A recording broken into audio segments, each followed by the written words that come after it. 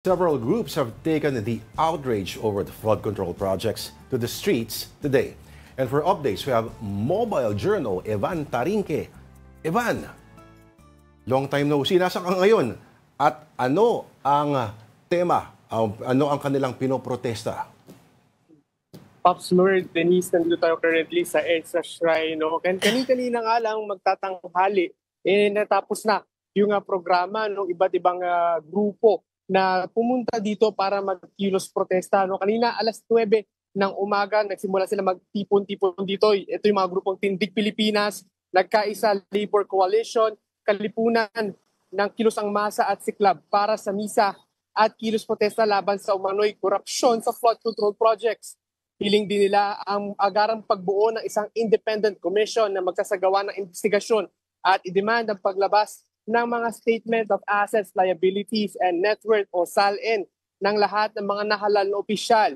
Dapat daw may managot ang mga opisyal at mga kontraktor na tiwali dahil bawat perang kukurakot daw sa kanila katumbas daw ng mga proyektong pampubliko na hindi natatapos gaya daw ng mga classrooms at mga health centers. No, sa kabila ng mga nangyaring protesta kanina, naging payapa naman yung nangyaring kilos protesta dito sa may EDSA Shrine at nabanggit rin sa atin kanina na magkakaroon sila ng isa pang malakihang kilos protesta on September 21. Doon naman banda sa EDSA People Power Monument dito pa rin yan sa kahabaan ng EDSA. Pops Lord.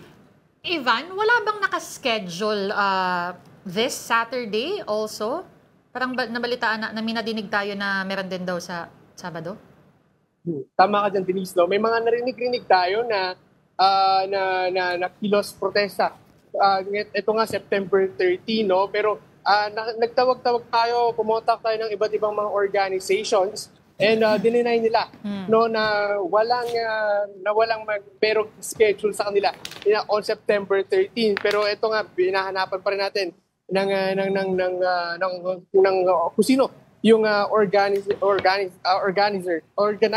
ng kung sakali matuloy nga itong September 13. Pero apparently from dun sa mga nakausap nating mga groups, wala silang nakastage on September 13. Ang meron is on September 21, Denise.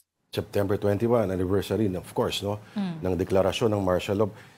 May nakausap ka ba, Evan, na siguro nagsabi na, of course, noon pa lang nag-aano na tayo, pero yung sa buong ibang bahagi kasi ng mundo, no, may mga protesta rin laban sa mga tinatawag ng mga mayayaman at mga nepo babies supposedly, gaya po sa France at sa Nepal. May nagbanggit ba sa'yo kung may gantong uri din ng inspirasyon? Kanina may napag-usapan nga yan. No, nabanggit yan, nasama yan doon sa speech kanina nung mga grupo. Pero sa kabila niyan, ang gusto kasi ng mga grupong ito magkaroon ng payapang kilos protesta, no, kasi kung maalala natin, no, yung mga protest sa iba't ibang parte ng mundo talagang violent na, no, violente na, nagkakaroon na ng sunugan. Etong ating mga nakilos protest ng grupo kanina, ang target talaga nila is a peaceful protest, no. Gusto lang talaga nilang kalampagin yung mga or iparinig yung mga hinaing nila, no, na especially yung transparency at accountability nga ng mga sinasabing nasasangkot ngayon dito sa mga flood control projects issue na maingay ngayon. Absolutely. Pinoy, mapayapang paraan ng pagbabago at protesta. Anyway, maraming salamat sa report mo. Ang ating Mobile Journal, Evan Tarinque.